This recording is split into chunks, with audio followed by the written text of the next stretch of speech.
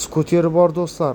Diqqat bilan eshitinglar da sizlarga bir foydali ma'lumot aytib o'tib ketaman do'stlar. Endi shu qo'limdagi skuterining signali. Mening skuterimin portniklari ham men qoldi.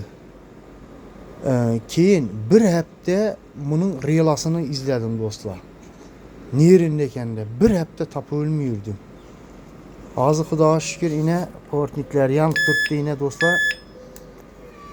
Şunun relası, şu portniklerin relası şunun içinde bo'ladi ekan, signalın içinde kichkinagina qara rela bo'ladi ekan. Komplekt şu signal almashtirdim yine do'stlar. Şu oddiygina relası kuygani uchun şu signali komplekt almashtirdim. Hozir signal ham ishlab turibdi, yine portniklar ham ishlab turibdi do'stlar. Şunu almashtirdim. Do'stlar, eğer bu videom sizlere faydalı bo'lgan bo'lsa, birden like basıp abone bo'lib qo'yishni unutmang. Addushi hurmatda sizlar sog' bo'lasizlar.